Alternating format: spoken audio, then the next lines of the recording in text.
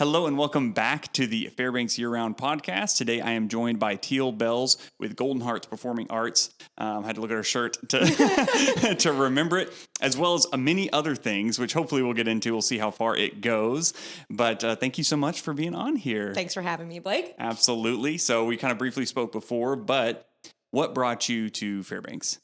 I was born here, so that makes it extra special because I didn't get to choose it. But now as an adult, I have chosen it. But my parents, my mom's from Southwest Detroit and my dad's from Denver, Colorado. And they found their way up here in college. They met at UAF. So they're UAF alum and I'm a UAF alum and my brother. So we're all University of Alaska Fairbanks alumni. And after college, I decided that I wanted to start my own small business. And it was partially because of something I found in college that was completely new to me.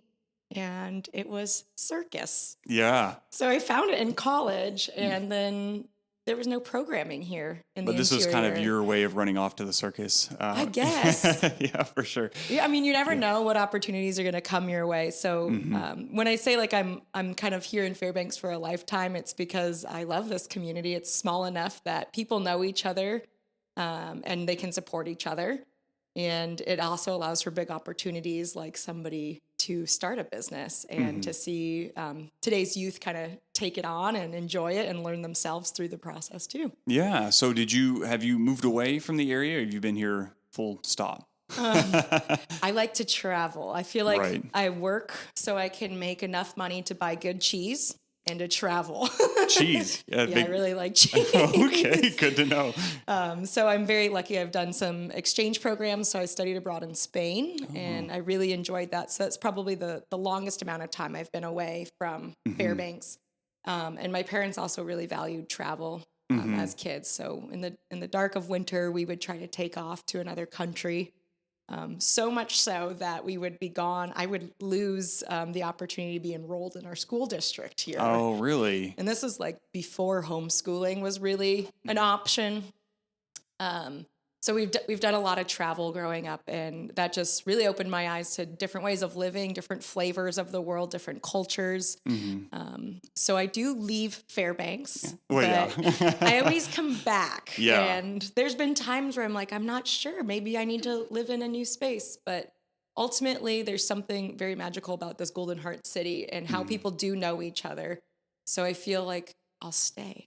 So if you had to pinpoint, because I think this is an interesting question, and it's different for a lot of people, if there was one thing, and I know it's more than one thing, but there's one thing about the area, you're like, this is the thing that I stay for, or that I really enjoy, like the outdoors, the community, or whatever it is. What would you put that on? I mean, I'm definitely an outdoor junkie, 100%. Yeah. But to answer that question with like one thing, what I would say is there's a blossoming art community here in Fairbanks, and we need the next generation to help welcome it and to create spaces for our youth to be developing their artistic abilities. When we look at, fundings and stuff, it always seems like art and languages are the first things cut out. And so I'm here to say, no, we're going to continue being artistic and we're going to open up to as many different art forms as possible. So I think that the thing that keeps me here in Fairbanks is that there's so many people hungry for artistic endeavors. And that can be through the outdoors too. We have some forest schools and things like that are really fun. The folk school does a lot of outdoor I just saw education. That. What is that? Do you the know folk more? School? Yeah, I don't know anything about it. Well, my husband teaches at the folk school. Oh, wonderful. Hey, this is awesome. Yeah. Okay, so do they have the little building at the Pioneer Park? They have the little building at Pioneer Park. They have moved, from space to space, but Pioneer Park seems to be like a pretty good central spot for them to be located. Yeah. They range with different types of courses, and they can be from carving to making your own saws. There's different types of dyeing techniques. It's a really cool program for people who just want to learn how to use their environment to. Now, is this for kids or is this for all ages? All sorts of ages. Oh, nice. They even have a program called Week in the Woods where you're completely out in the woods with no cell phone service and you can just learn as much as you can in a week. And a lot of this is just knowledge sharing from people who have been living off the land and really enjoying it. So the folk school is really cool. Well, the thing that got me excited about it is we went to Pioneer Park for various reasons. Anyways, I see that. I was like, I feel like my wife should have known. I was like, what do you know about that? She's like, I don't know. And they had like an outdoor, looked like a pizza oven. I was like, all right, well, that seems exciting just from the get-go there. So that's something fun going on. So that's awesome to hear, though. So, but it's like things like that I feel like really make Fairbanks really cool, and they're open, right? There's no closed doors. There's no prerequisite needed. It's literally just show up and find a class or workshop that you're interested in and put it into your schedule. These prices are nominal. Yeah. But the folk school is one way that's connecting outdoor and art. Calypso Farms and Ecology Center does a great job at it as well. Okay. And a lot of it is just playing in the dirt, no matter what age you are, and figuring out how to use different natural products to create some sort of art with them. Yeah, I think you've got a really cool, and I try to, with my job and everything, I try to integrate with other people in the community as much as possible, and a lot of business owners feel that as well.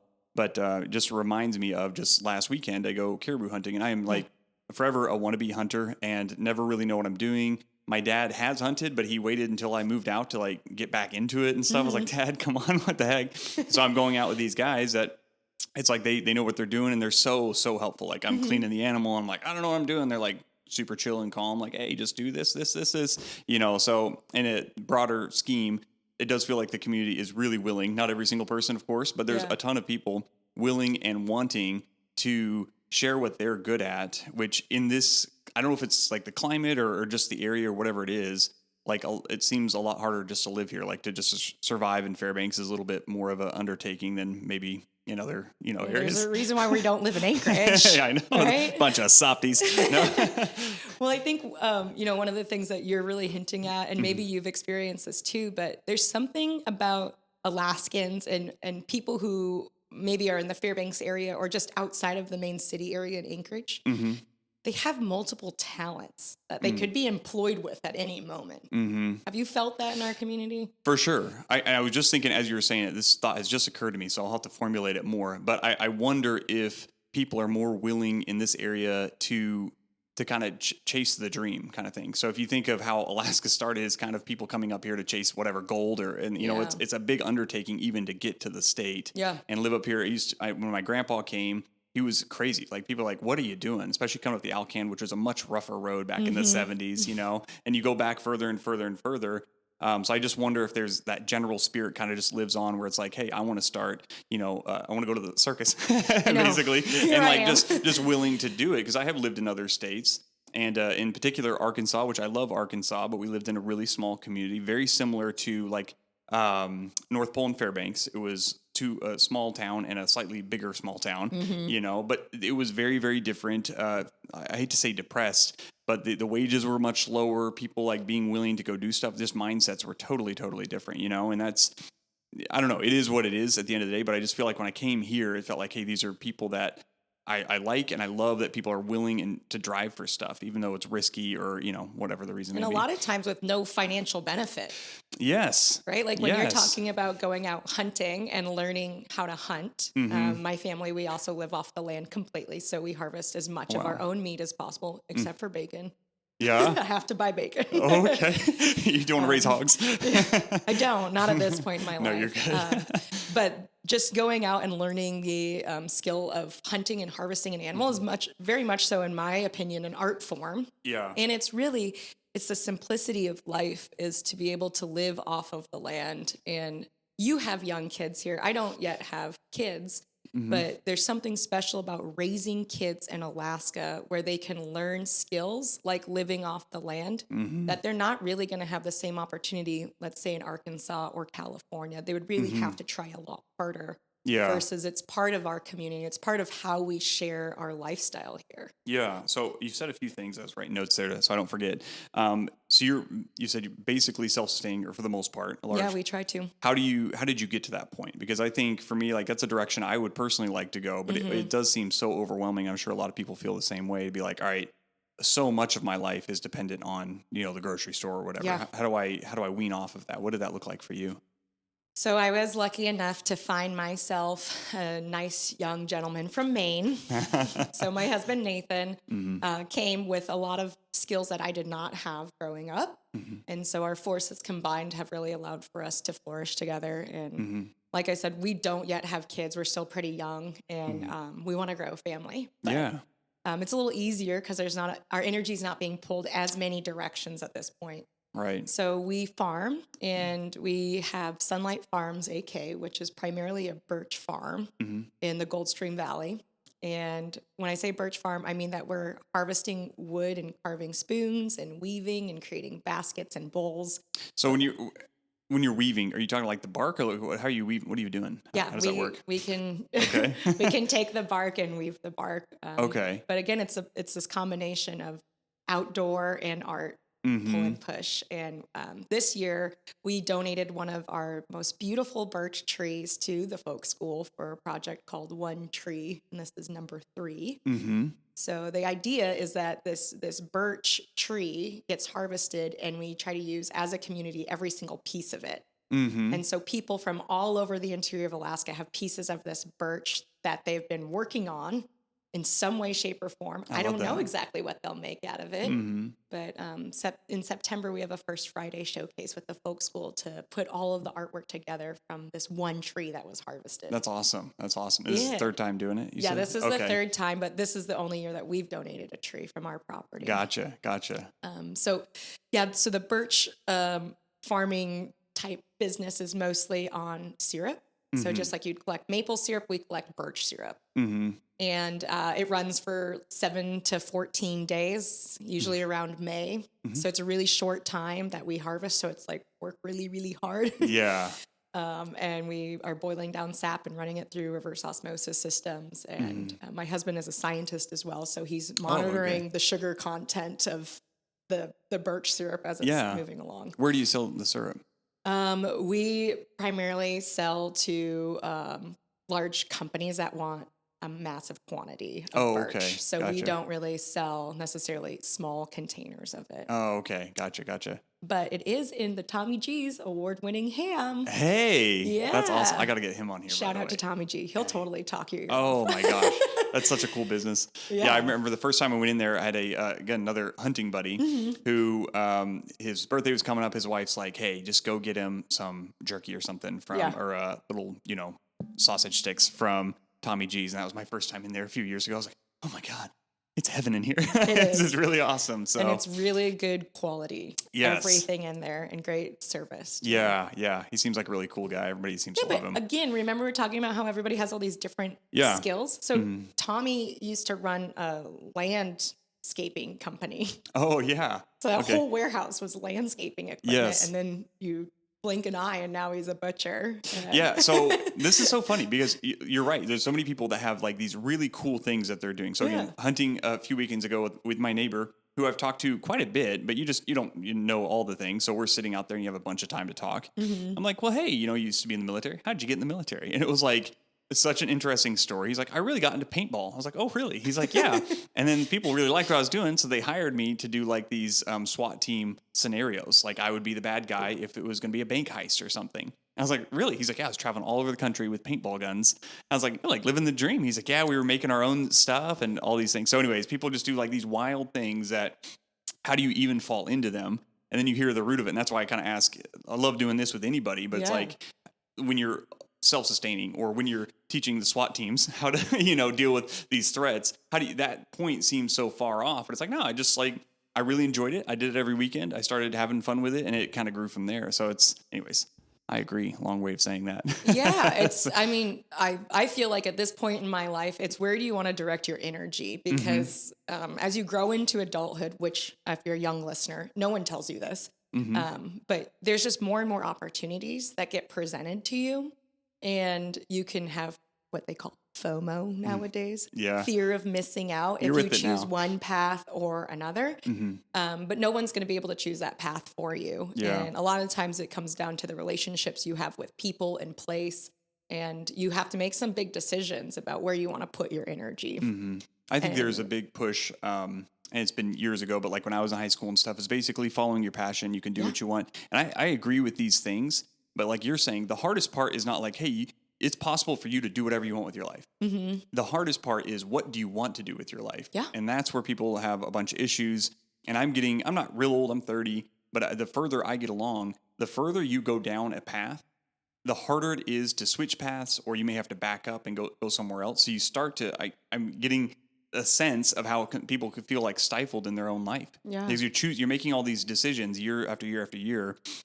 And whatever it is, maybe you have this great skill. You have one great skill, and you start to hate that job or whatever with but that you're skill. an Alaskan, so you have multiple skills. It could be that. So you can pivot. Yeah, so you can pivot. But it's one of those deals. It's like, it's never the end of the world for sure. And I'm not trying to put undue pressure on people, but like seizing the opportunities that come to you. And we had just a couple weeks ago, and you briefly brought this up already, Northern Whimsy Studios, who has like all this, like, I don't want to say random because I think they work together really well, but these businesses that she's involved with and things that she's like, yeah, an idea, gets presented to me and I'm willing to take it and run with it. And that's a huge part of, kind of your biggest gains in life will be something you've not planned for. Absolutely. Yeah. Yeah. So I'll bring it back to the gardening situation, because we're talking about living off the land. Yeah. And this is something I feel like is really special as an Alaskan, and not just any Alaskan, but I do feel like I'm very fortunate to have a place where we can harvest so much from the world around us. Mm-hmm. And I feel weird buying meat at a grocery store when I have no idea how that animal has been treated and what life it's had. Yeah. So when I'm able to harvest my own proteins off of the land, Mm-hmm. I know exactly that animal has had like a beautiful life and had the most beautiful views. So it feels more heart-centered to have that experience. Mm-hmm. And then there's the art form of learning this animal and how to use as much of it as possible.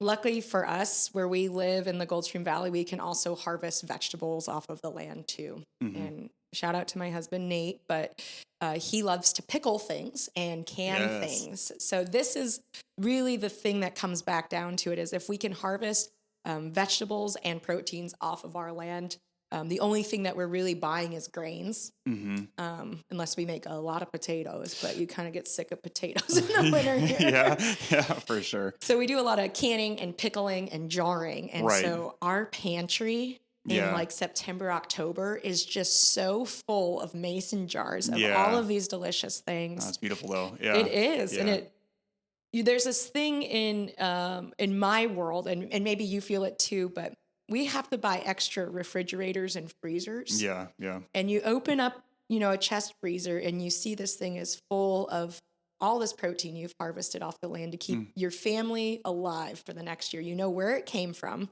Yeah. And you're meat rich. Yeah, yeah. It is a totally different feeling. There's no dollar amount that you could attribute to this chest freezer full of protein. You just know that you can feed your family and yourself. Yeah. And you can feed them the best quality, most organic raised animal ever. Yeah. Oh, yeah. And it's I always hesitate to say like money saving, because I think it depends on how you hunt. Yeah. Because it's not always money saving. Yeah. But at least it feels like it in the moment when you're just like, hey, I need to get a roast out, and you just go down to the freezer instead of like going to Safeway or whatever to have to buy it. But yeah, I think pickling, by the way, I'm in love with pickling anything. I don't personally do a lot of pickling. I shouldn't say that. But if it has been pickled, if it's good, it's great. If it's okay, it's now good. Like it just takes it up a level. Well, it has I don't a know long why. lifespan, and that too, shelf stable and all that. So just curious, do you have any like cellar situation, or is it all? Oh, I wish so bad. We have some friends that are out in McCarthy, and they have this giant root cellar. Yeah. And so they'll yell,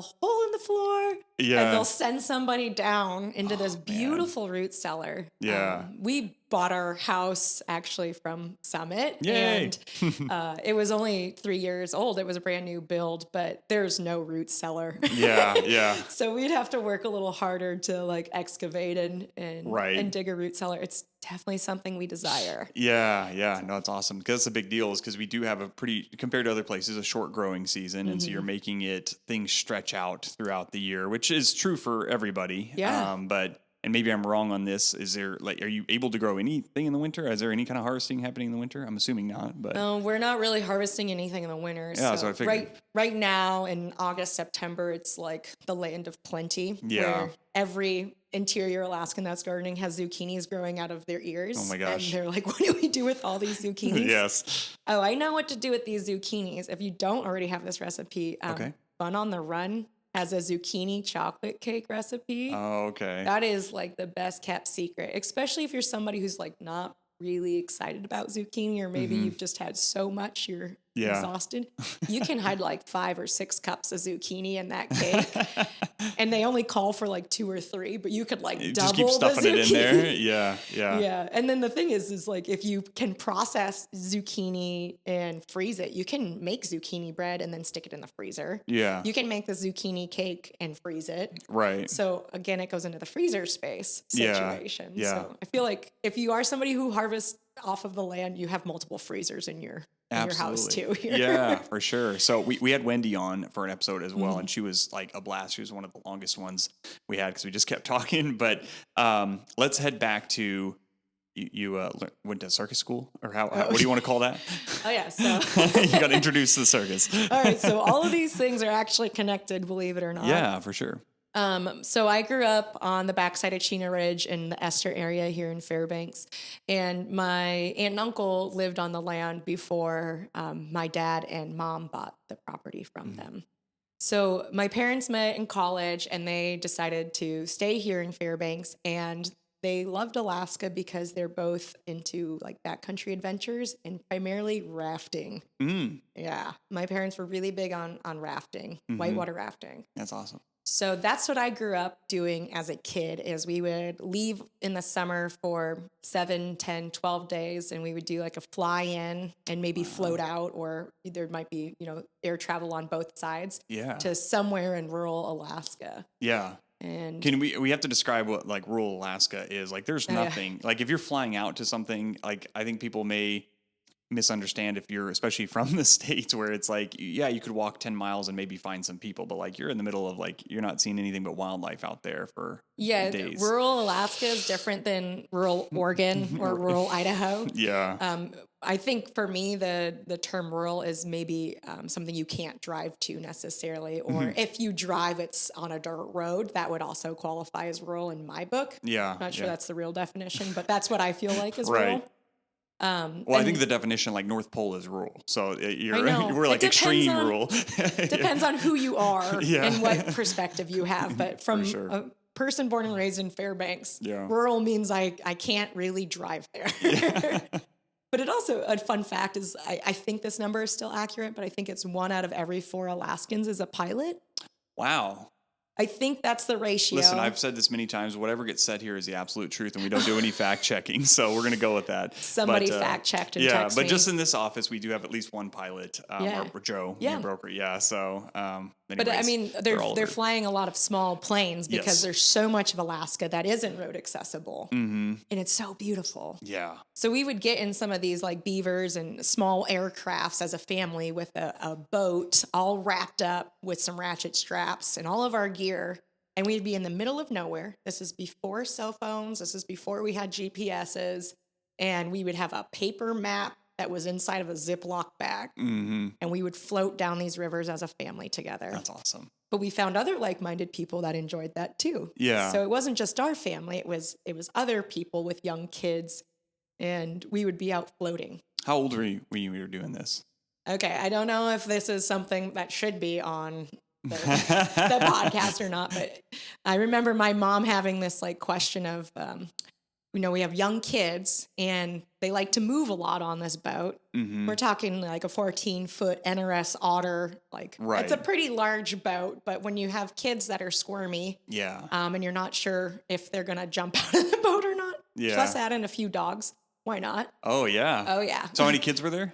Well, me and my brother. Okay. And then we had 2 chocolate labs growing up. Oh, my so goodness. kind Yeah. of 4 kids at that point. But Yeah. my mom, I remember her trying to make this decision of like, do we strap the kids into their car seat onto the boat Oh, my goodness. or not?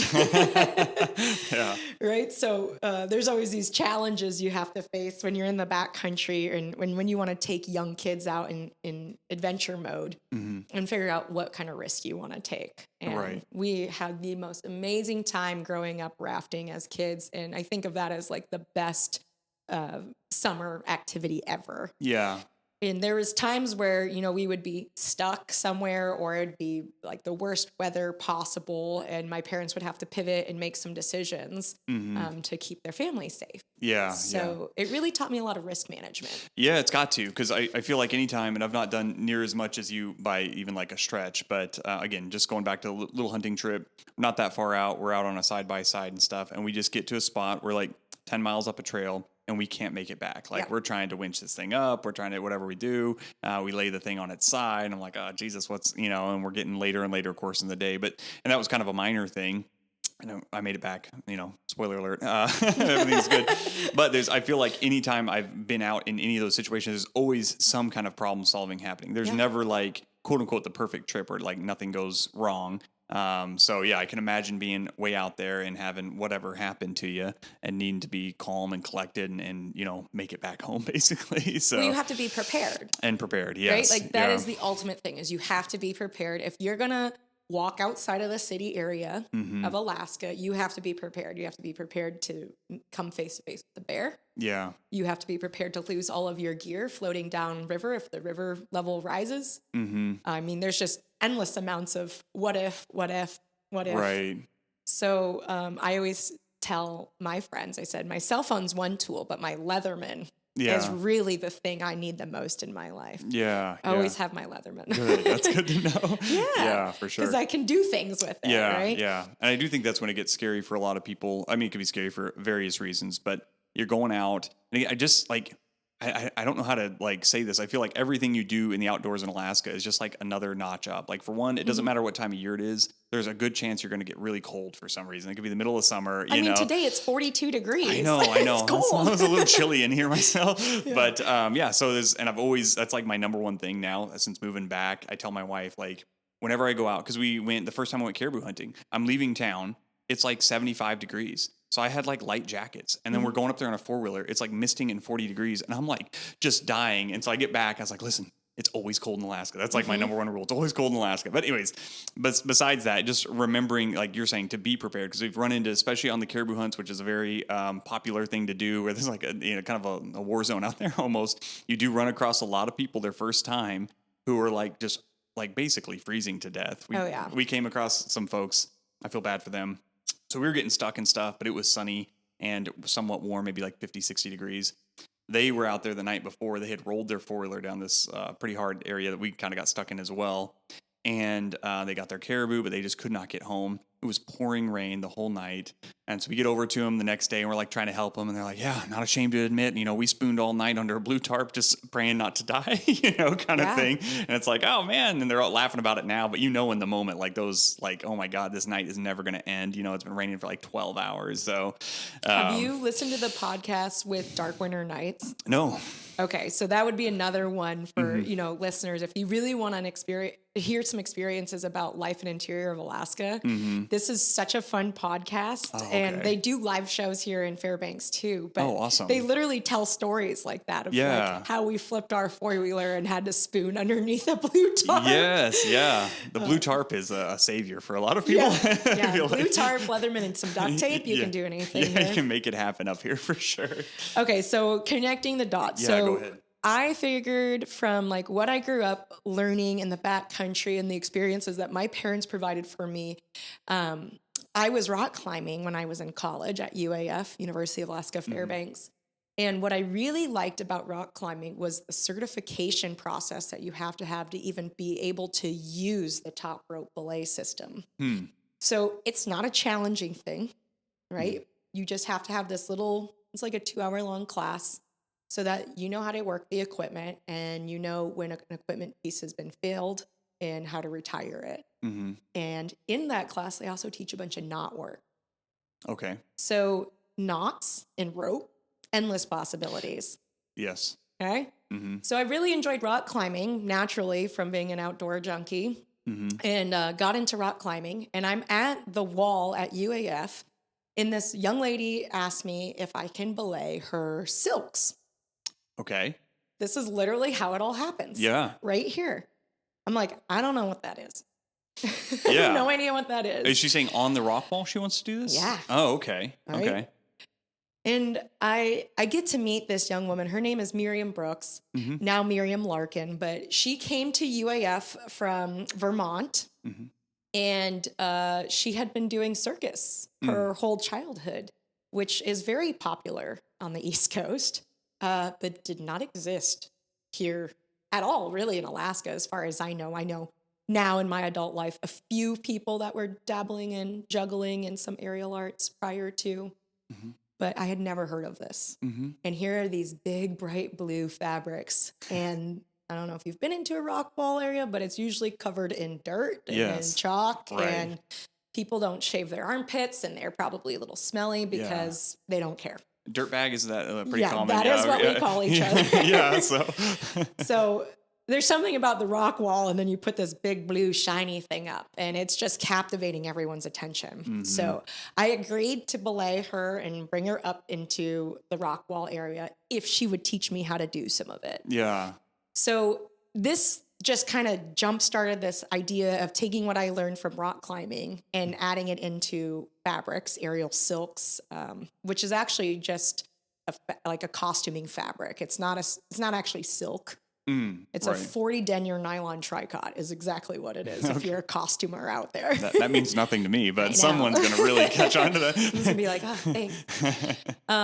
So that just opened up my eyes to taking something like rock climbing and turning it into an art form. So I was very lucky to have Miriam walk into my life, and all it was an opportunity. Yeah. And she wanted someone to play with her because nobody else was doing aerial really in our community. Yeah.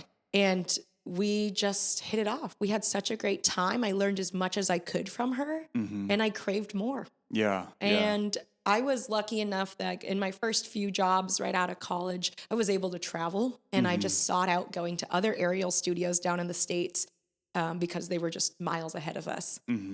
I started a club at UAF when I was a student, my senior year, called Aurora Aerial Arts. Yeah. Shout out. It still exists. Hey, way to go. Yeah. Yeah. And I kept on seeking further education. So what was once rafting and then rock climbing, and then I got introduced to aerial. And the thing with aerial that brings it all together is that aerial is such a high risk activity. There's the rigging that you're tied into, and then there's the quality of the apparatus that you're hanging from. And then you have to put something underneath you to protect yourself. Right. So there's a lot of risk management and mitigation that goes into aerial arts. And I am so hungry for logistics.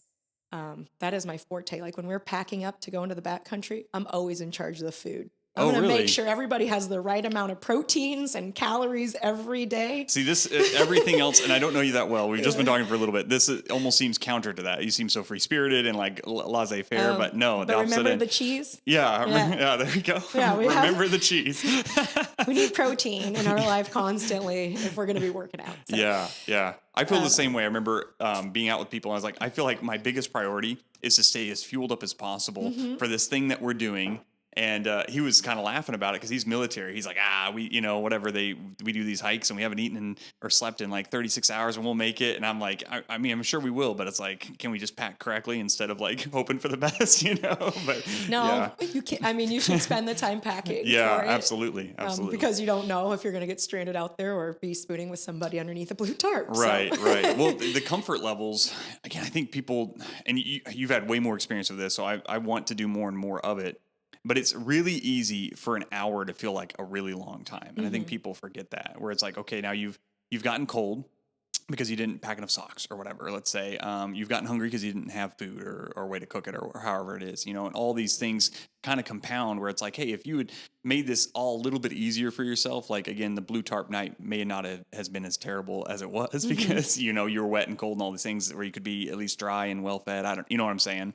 But that preparation comes into it for sure. Set yourself up for future success. Yeah. Which is planning what the risks are on any adventure you take, even if you're not in Alaska. Mm-hmm.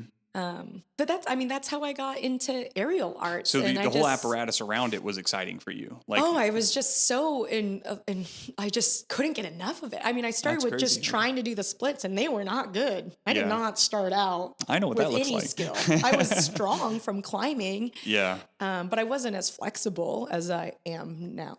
Flexibility is a thing we're constantly working on. But yeah.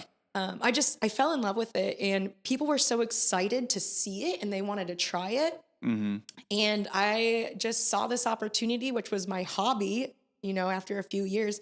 I'm 12 years into it now. Oh, wow. Yeah. So in 2015, I was like, I'm going to open up my own studio space to practice. And I did that along with my friend, Sarah Dexter, who was like my next door neighbor growing up. Yeah. That's super awesome. cool. Yeah.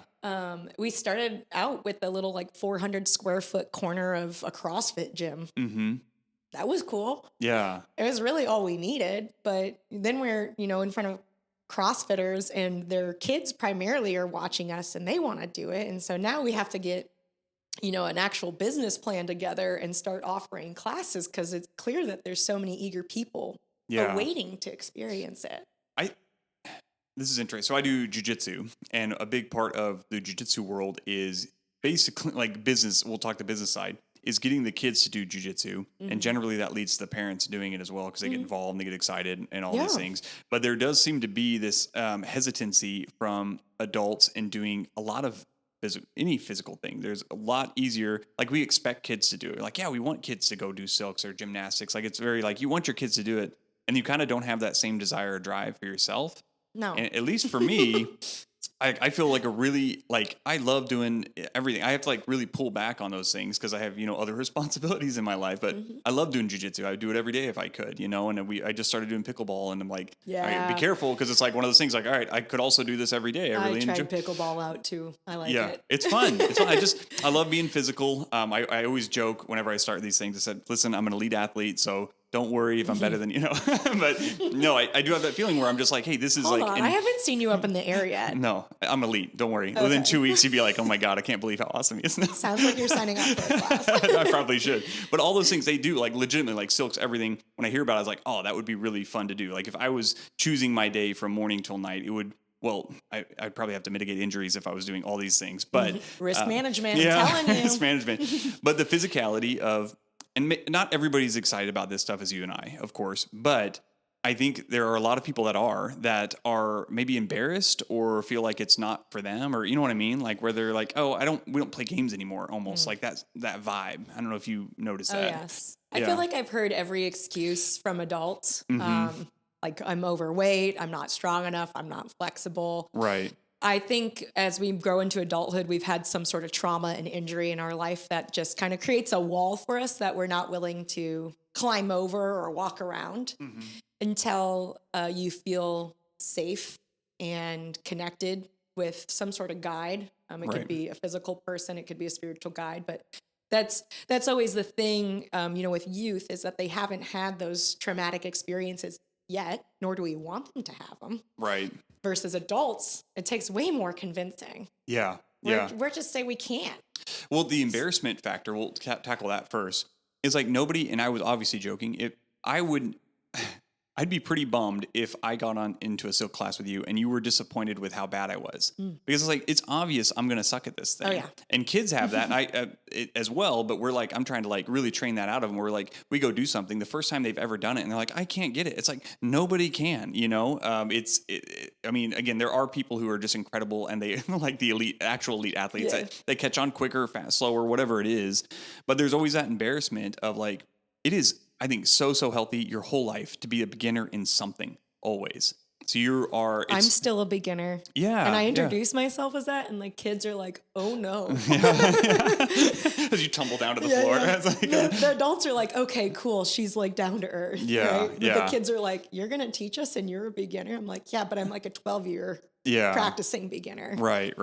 You at some point we like maybe complete high school, or maybe you go in and do an associate's or a bachelor, or even further, like you create this like progression of accomplishments. Mm-hmm. And then Start at the bottom. Life happens. Yeah. Right. And there might be kids in the mix. There might be a partner. There could be loss. There could be travel. Like all these different things pull your energy all these different directions. Mm-hmm. But the most humbling thing is to be a beginner and to try something new that you're not comfortable with. Mm-hmm. But you have to also be open-hearted and open-minded to even take that step. Right. So I find myself challenged with people who are very close-minded and single-sided, and they only can see one way for something to work, versus at a young age, if we introduce kids to different sports and activities that they can do, hopefully that will allow for them to grow. And then as an adult, also be able to experience different and new things. Yeah. And reserving judgment, which is really, like you're saying, the closed-minded.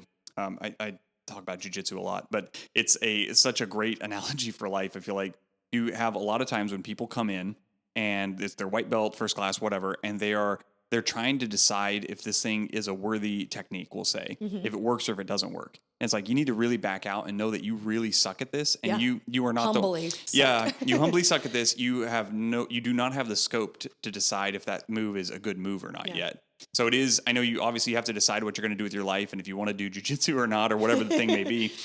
But a lot of times people are like, this move would never work. And it's like, well, you suck at what you're doing. So it may never work for you right now, but in 10 years or 2 years, you may use this thing all the time because it's helpful or, whatever. So being able to, and it's a progression, because I thought the same things, but you get further into it and you go back on moves you thought were crap or whatever. And you're like, oh, this is actually very effective, and being able to take that in. And then I think the further along, like you're saying, 12 years in, the further along you get into these things, the less and less you realize So it's like, it's never ending, which is great, because you never want to be like, it's pretty boring at the top, I would imagine, if you're just the absolute, you know everything. But, unless you're Simone Biles, we'll just say, like, you can't be the best. Right.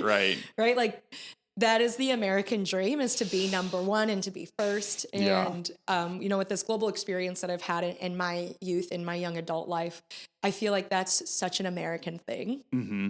And there's something beautiful about just being a forever learner. Yes. And in my case, I'm also a forever teacher. Well, do you feel competitive? I don't know if silks is a competitive thing, I suppose, but let's say like pickleball or anything. Do you find yourself being a very competitive person, or is that not a draw for you? Yeah. I mean, I played other like high school sports and racing and stuff like that. That was based around, trying to place. And there's benefit to those things, don't get me wrong, but it wasn't what I needed in my life. Yeah. So what I do nowadays is we moved from a CrossFit gym into our very own facility. So I own Golden Heart Performing Arts. Small round of applause. Golden Heart Performing Arts, which is off of Horner Court in the Phillips Field Road area, really close to the university, West Valley, Hutchinson High Schools. I teach aerial and acrobatic arts. That's what I do. Mm-hmm. But really what I call myself is a confidence coach. This didn't exist when I was a kid growing up in Fairbanks. And so I feel like it's my due diligence to like invest in youth in our community and giving artistic direction for youth. Mm-hmm. And specifically teenage women and non-binary students. I think of like myself growing up, and I'm a West Valley grad as well. And school gets out at 2:30, and maybe you play an after-school sport, but what activities are available in our community for a high school student that are a safe space? And I go, the bowling alley. Yeah. Okay. The public library. Right. Okay. The movie theater. And now I'm tapped out. Yeah. Yeah. And those things, except for the library, all have like an expense to them. Mm-hmm. And depending on where your family is financially, and if you have your own car as a high school student or transportation, there's just not a lot of opportunity right there. And your high school years, in my opinion, are just so critical to the rest of your life. And having peer mentorship that is a positive space and an open space for you to just uniquely be you. Yeah. I don't know anywhere that existed in our community. Mm-hmm. And so I made it exist. Yeah. Yeah. And so I teach young people confidence through aerial and acrobatic arts. Yeah. Yeah. It's self-worth and self-love, because if they love themselves and they know themselves and the direction and the goals they want, then they're going to be a better, more active part of our community and our society. They're going to grow, the next generation after them into that same role. Right. Yeah, I think there's something very important with doing something that's difficult in whatever manner. Yeah. So you're overcoming things, even if the biggest difficulty for a lot of people is maybe even just showing up to the class. Like maybe at the class it's like, it's a ton of fun. I love going every time, but then it comes around and you're like, oh, do I want to go, or this and that. So whatever it is, the discipline to do something for a long time, especially for kids, but it's important for everybody, is being able to look back and see how much change it made in your life, one, and knowing that, hey, basically, one of my favorite quotes is, like, everything you want in life is on the other side of something hard. Yeah. Like, you have to do hard things if you want to have good results. Absolutely. So seeing that in a more minor way, I hate to say minor, but it's like a safe space where you're in this facility to do this thing, and everybody's here to do this thing. And in the real world, like, there's a multitude of options, like we've talked about, FOMO and all that. But it's like, hey, I know that it worked in this space. Like, if I want to commit to something, if I want to start my own business and do this, and I'm willing to put in the work and the effort, it can have this great outcome, not only for myself, but for the community, like what you're looking at here, which is great. Yeah. And the thing I primarily teach aerial and acrobatics, but we are a circus arts studio and we are a performing arts studio. Right. So there's this irony all the time of, yes, you have to be at class on time, but you also are gaining skill that you're going to connect together. And at the end of 4 or 5 months, you're going to put on a performance. And working with young kids, some of them have never performed before. Right. So we're talking about the safe space that they have to be able to feel comfortable in and have peer mentorship and role models that allow for them to feel okay making, small mistakes that aren't going to hurt them, but they feel embarrassing sometimes. Yeah. So we get a little bit closer to that 4 or 5 month mark where they're going to do a showcase and they freak out.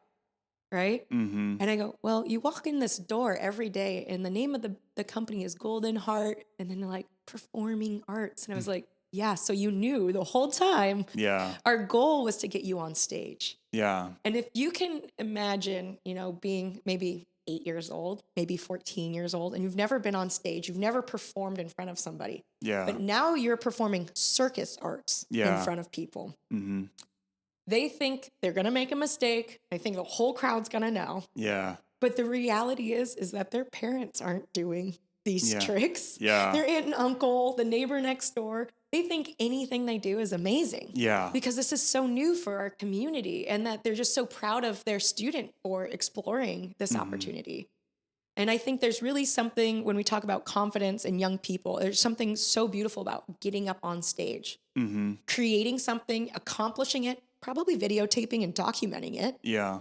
And then saying, I did that. Yeah. And it might not be your best, but it's one step in this goal of life, and creating these little steps in life so that you can find small accomplishments make you feel better internally. Yeah. Instead of shooting for the stars and then maybe crashing and burning. Yeah. Yeah, absolutely. No, I'm with you. And I want to put out like a notice for parents as well, because I think it is really easy to forget how scary that is for everybody, not just for kids. And it depends on the personality. I have a lot of like nephews and nieces that are just like, they want to be on the stage all the time, but my kids, which are very reserved. And so getting them to do this kind of stuff is like a really, really big deal for them. And it mostly comes from me and my wife, obviously, because they're our kids. But a big reminder for me back to jiu-jitsu is when I went down and did my first competition. I was like the most nervous I've been in a very, very long time. This competition, whether I won or lost, would make zero difference in my life. Yeah. Like, it's not, I'm not competing for money. It's such a big deal in the moment. Exactly. And the winner loss meant a lot to me. I lost the first year I went, and I remember like being almost depressed for like a week, because like trying to figure out what went wrong. The next year I won and I felt great, but that was much shorter lived than the loss was, which is kind of funny how that goes. But the point of this story is put yourself in those positions too, and remember how you feel. Like, because there's a lot of times I'm flying down to Anchorage for the competition and stuff. I'm like, maybe I just don't fly down and don't do it. And it's like, no, there's no reason to do it. I was the only one going. I had nobody with me and stuff. It's like, but again, maybe put some pressure on yourself to do it. Some risk. Yeah, you got to have some risk. But the whole point is to do those things. Again, there's very little that could go really wrong. Like I did as bad as I could do, and it didn't affect me at all, but beyond like the emotional side of it. But remembering for your kids, that feels exactly the same to them, if not more heightened, because they're not, adults and maybe they haven't controlled their emotions as well. So I just see a lot of parents that get frustrated at their kids, like, why don't you just do this kind of thing? And you're forgetting this is like maybe one of the most nervous times they've ever been in their entire life, So yeah, I feel like we want when we have young kids, there's this thing where we want them to have some small failures in life. Yes, because if they take risk and they realize some small failures, they're able to not make those mistakes again and to understand them at a larger scale. And then we have to remind ourselves as adults that that's also the case for us, because remember, we're forever learners. Yeah. And we don't know it all, and we'll never be the best. And that is just so humbling. Every day that I go in and I teach my classes is I'm actually learning more from my students than they're probably learning from me. I'm giving them, small steps in direction, but really I'm watching how they react and interact with each other and their environment and their apparatus. Yeah. And it inspires and educates me so much. Right. And there's this beautiful thing about being open to try hard things and acknowledging that you might not be successful the first time. Well, I would assume that the techniques, or whatever you call them, the moves that you're learning in silks or acrobatics or anything, I assume there's not just one way to get these things done. No, yeah. It's an art form. And that's why I don't teach it as like a competition. There is aerial arts competitions that do exist, but to be honest, there's not even a common name for aerial art maneuvers at all. Okay, yeah. So that's kind of being developed right now. And a lot of its origin is from gymnastics and yoga and dance practice. But there's something so beautiful about circus arts, because you could be really good on silks, and you can take that same move and you could apply it to a lyra, which is a steel hula hoop suspended from the ceiling. Oh, yeah. And you can't do it. Yeah. I mean, you might mentally know what to do, but your body might physically be very challenged just to try that same thing on a different apparatus. Or let's make it extra fun. Let's add some juggling balls while you're in the air. Yeah, yeah. Let's change out the rigging. Let's add another component to it. So with circus arts, what's so beautiful about it and why I'm going to do it forever, why I'm going to share it forever, is because there's so much to do. There's no way you can be the best. Right. Cirque du Soleil is kind of the goal that a lot of us see, because it's such a large scale enterprise and well advertised circus. But the reality is that circus is a full body workout. When we're doing aerial arts and acrobatics, it's leg day, it's arm day, it's core day, it's flexibility day. Yeah. And so there's so much being learned inside of this environment that feels artistic and fun. Yeah. And there's no way you can ever be better than somebody else. Right. I agree. It's beautiful. Yeah. I really love that outlook on, again, especially the art. I don't know. It's hard to say, because again, I do like martial arts. And so we're basically being restricted down to a rule set when you're doing a competition, and every competition can be different and all that. But if you look at, like, I don't know, I feel like it's really hard to be able to compete in something like this, because it's like so subjective on what is, like, even gymnastics. I always kind of like every 4 years when I watch it on the Olympics, I'm kind of like, the judging, I know they're really strict and they have their ways, but again, at the end of the day, it's like, it's hard to say which is, I don't know. I'm not a judge. They're probably like, oh, it's easy to tell who's better or who's worse. But having that freedom, like what you're more pushing for, it sounds like to me, is not the competitive side. It's exploring this avenue in your life to where you enjoy it, and again, are getting back from it, whatever you're putting in. Oh yeah. Or more. Yeah. I think, I wish I would have had this when I was growing up. Yeah, that's awesome to hear. I'm very fortunate to have had the experiences in life thus far. And I just want to create something for our community that can continue to grow from one generation to another and still be open-hearted and open-minded for exploring. Yeah. And I love that it's artistic. I don't really like the competition side, because then it puts value on something. Yeah. And we got to be open-minded to that too, because I was my other side, like, I freaking love doing the competition. Yeah. So but it's really hard for me in a lot of ways, because like you said, there's like pluses and minuses. Competitions for me can really be a negative thing, because again, it bring out, well, for one, it can bring out a bad attitude in myself, which I'm pretty good about, but also you're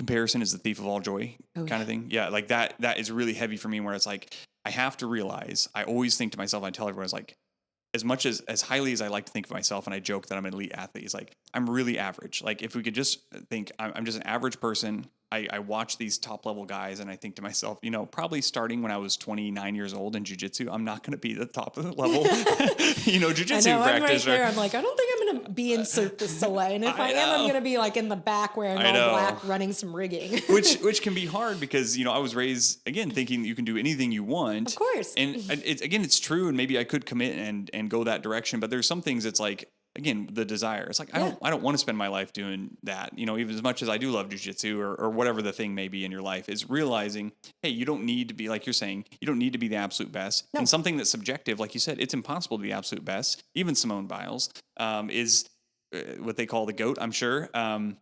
There's other people doing things differently that work better for them, that they love more. You know what I mean? So it's hard to say, like, I'm the best at this artistic form. Like, it's kind of silly to say.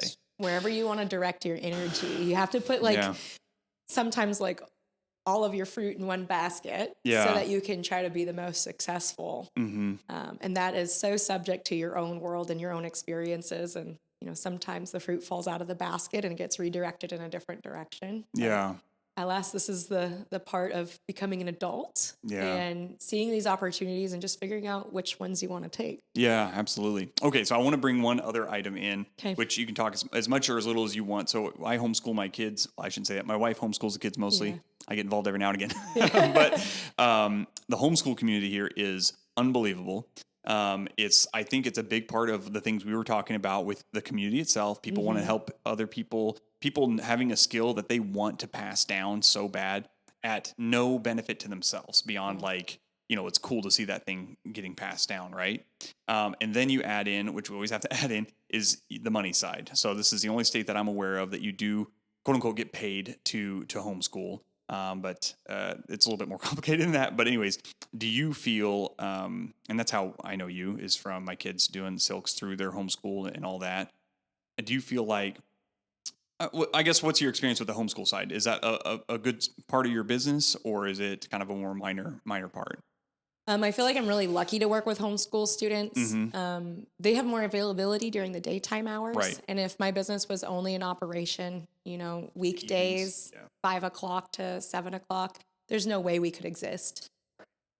So we do share a lot of our time and energy with homeschool students, but it goes both ways. A lot of homeschool students are looking for extracurricular activities. We're a combination of both athletics and art, so we can be a physical education credit as well as an artistic endeavor for their accreditation for homeschool programming. So it's a cool crossover between two things that don't always feel the same. Yeah. But what's really cool is that these homeschool students who might not have other places where they're interacting and reacting with other students, they're all coming together in these small classes. So they're getting some more different types of communication and teaching styles, because a lot of the times it is parents that are teaching. And I think the best part is when the parents can take a break from facilitating their kids all day. Yeah. And they have a 2-hour-long class and they can kind of drop their kids off and know that they're in good hands and go grocery shopping or just take a tea break, whatever they need. Yeah. The homeschool kids, I think they're eager. Yeah. They're so eager to try something that's outside of their parents' skill set, because that's primarily who's teaching them. I know. I think about this all the time, and I'm so excited for my kids, like horse riding, which again, another, like anything physical, like I'd like to try that. I'm not saying I want to be the best. Obviously we already spoke about that, but never been on a horse like at all. And my daughter had classes and all that. And then we went to this little zoo area and she rode again. I was like, yeah, you guys have all done something that your dad has never done Opportunity. Before. Yeah. Which is really cool. And same with the silks and the gymnastics. Yeah, that too. But a lot of the things that they do, and I'll never get to do everything they do, of course, but it's really cool for them, I think, to see, like, hey, there's these, like you're saying, these skill sets that you can have that your parents have no, endeavor into. Well, I mean, how would you know if you like juggling or like hanging upside down from your ankles if you've never experienced it? Yeah. So another like side note, kind of in the realm of homeschool, but just how I react and interact with our communities. I'm an artist in residence in our school district.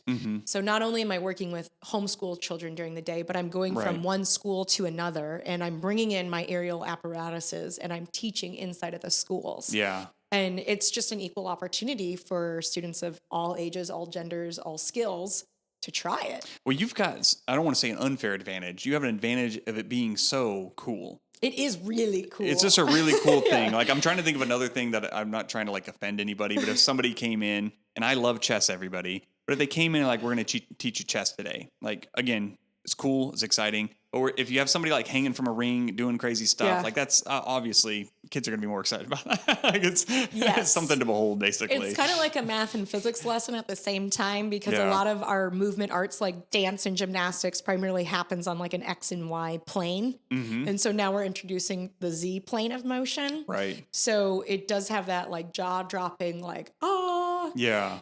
And the best thing for me is when you get somebody who's like so brand new and they think they can't do anything, and you get them upside down for the first time and they just light up. Yeah. Because they're like, oh my gosh, this is a totally new experience. I don't like usually invert, and I'm probably dizzy, but like just the biggest smile on their face, just to experience life upside down. Yeah. Yeah. I can imagine. So you're getting to that point too, especially from a beginner, where you just feel real fluid up there. We'll say, maybe fluid's the wrong word, but like you're in the zone, it's got to be a pretty good feeling as well. Like doing the moves or, whatever. Yeah. I mean, people in the community have probably seen us performing. We were at the Midnight Sun Festival. We just did our biggest gig ever. We did 12 shows at the Tanana Valley State Fair. Oh, awesome. I'm teaching all the way down to Valdez and all the way to Homer as well. Wow. So I'm covering a lot of the state, and I have some amazing staff that are there with me. Mm-hmm. But the reality is that we have a performing arts troupe full of kids, youth, young people that get up there and do these performances. That's awesome. And that is so cool for the community to see their work and for them to be able to share their work with the community. So do you have these kids traveling around the state generally, or is it usually in They usually area? Stay in the interior of Alaska. Every once in a while I can take one or two of them with me. I guess 5-year goal would to be having like a full circus we could travel with. What it reminded me of, there's a like an American National Band or something. What is it called?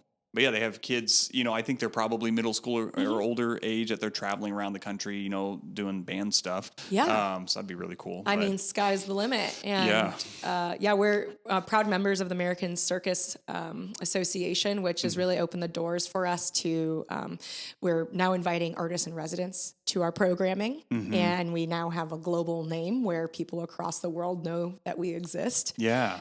So first of all, nobody knew that there was circus in Alaska. Yeah. And second of all, now they do. It is, and this is a great state to do it. Yeah. Because I just found out this year, which I am so bummed about. I am like a big strongman fan of like all time. And we have like the Highland Games that happens. And I'm like, whatever, it's been like a month ago now. And somebody's like, oh, I went to those. I was like, how the frick did I not know about this? I would have loved to be there. And see that. I mean, if you're not from Fairbanks and you're listening to this podcast, we don't really put things on like social media. My next question was, how do we keep up with you? So, I mean, I try my best because I'm really speaking to a younger audience, but it's not even like in the newspaper or on the radio. It's so much is passed via word of mouth in this community that you could easily miss out on things like that unless you're involved in them and So there's also this component of like being on the board or serving as a volunteer and getting a little bit more invested makes it feel like such a brighter and beautiful community. Yeah. So if you have the time to spare and to like get involved in something cool, like the Highland Games. I mean, that's so rad. Or we have like a million different races. They're coming that happen. Yeah, people are coming from all over the world to. And I'm just bringing up the Highland Games, but there's many events like this. I remember when I was like the Equinox Marathon is huge. People come from all over for that. We are biking. So I used to do a bunch of road biking back when I was in high school up here, and I remember just talking to people, and they'd be like, "Yeah, you get people like legit people racing in the Tour de France. They come up here for a little race." And they get beat by some bearded Alaskan guy who's like, where'd that guy come from kind of deal. So I don't know. We just have like a really, and it's not just Fairbanks, but I don't know. In my mind, it's like we're the belly button of the world, we're just the best. But no. So there's so many cool things that are like global that you could, I don't know.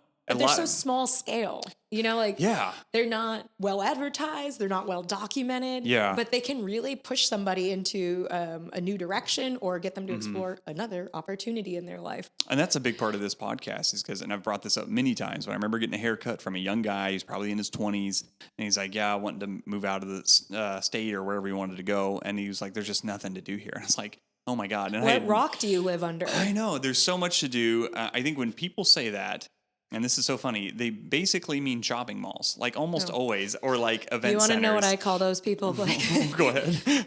Okay. Anchorage people? No. Those are inside cats. Yes, yeah. I am an outside cat. Yeah, for sure. Right? So there's totally a difference in some people. It's just they haven't had experiences, primarily in their youth, to get them involved in outdoor activities.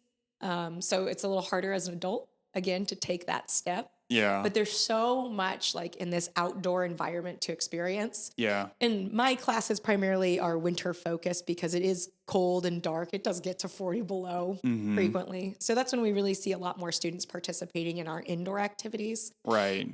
But that's just Fairbanks. And so if you get involved in, BJJ or you want to take on aerial or any other sport, or activity that you can just find some experience with when it's really cold and dark, it does make winter seem less dark exhausting. And cold. I don't know. yeah, and especially like you getting out of the state every now and again is super helpful. Usually in the winter, if you can help it. Yes. But I think there is a ton to do, and the big thing that I think a lot of people forget is like basically being the big fish in a little pond, and that's something you can do here. Which is really nice in a lot of ways, where it's like, hey, you want to be a performing arts studio in wherever, some big city, Austin or something, you're going to be among a sea of them maybe. I don't know. So having the ability in your own life to get in with these, like, these events aren't huge. There's not 50,000 people coming to your performance and whatnot. But it's like, I think it's way more special when you do have these smaller things and you actually can integrate. And you go there and you're like, it's good to see you again. Or like the competition, which was a state competition, and there's a lot of people. I met a lot of people from Fairbanks down there, and like, so good to see you, and we're talking and that, and then you make friends. So having these smaller interactions, I think, are way more important. Way more heartfelt too. Yeah. Because again, this state, it's huge, but I still think there's less than 1 million people in Alaska. Yeah, like 800,000 or something. Yeah, and the majority of them are anchored in the Anchorage-Matsu Valley area. And then the way that we communicate is so much via face-to-face and talking with each other. Yeah. I mean, I don't even have cell phone service or internet at my house, and I'm just 20 minutes outside of town. That sounds nice. Yeah, I should move out there. I mean, there's some peace in that experience, and old school, but it also feels more like a community that way. And I think that's something really special about Fairbanks, because that doesn't really exist in many other places. It's easy to get lost in the sea of people if you go really big, or if you go really small. I guess it's very different there. I just had a joke come to my mind, but I'll say that one later. So you had some other businesses that you're doing as well, yoga and different things. I'd love to just do a quick skim of, and we'll see. Yeah. Remember that Alaskans have, multiple different facets and talents naturally. So I'm an event planner, and I was able to gain those skills when I was a student at UAF, and I worked for Concert Board, Nanic Traditions, and Student Activities Office. I also was a graphic designer in that role. So I did graphic design and event management while I was in college, and then I did an internship in wedding planning. Yeah. Wow. Yeah. So did you ever say no? If someone's like, hey, you want to do this? You just kept saying yes no matter what? I am now learning in my adulthood the word is no. Thank you. Just a big opportunity seeker, and I have a lot of energy. So I like to put it in places, but now I'm realizing that I also need to save some of my energy for myself. Yes. So I did all those things and did graphic design right out of college. And then I worked as a recruiter for the universities, primarily in engineering, and got to do all the traveling. And then I had my business on the side, which was Golden Heart Performing Arts.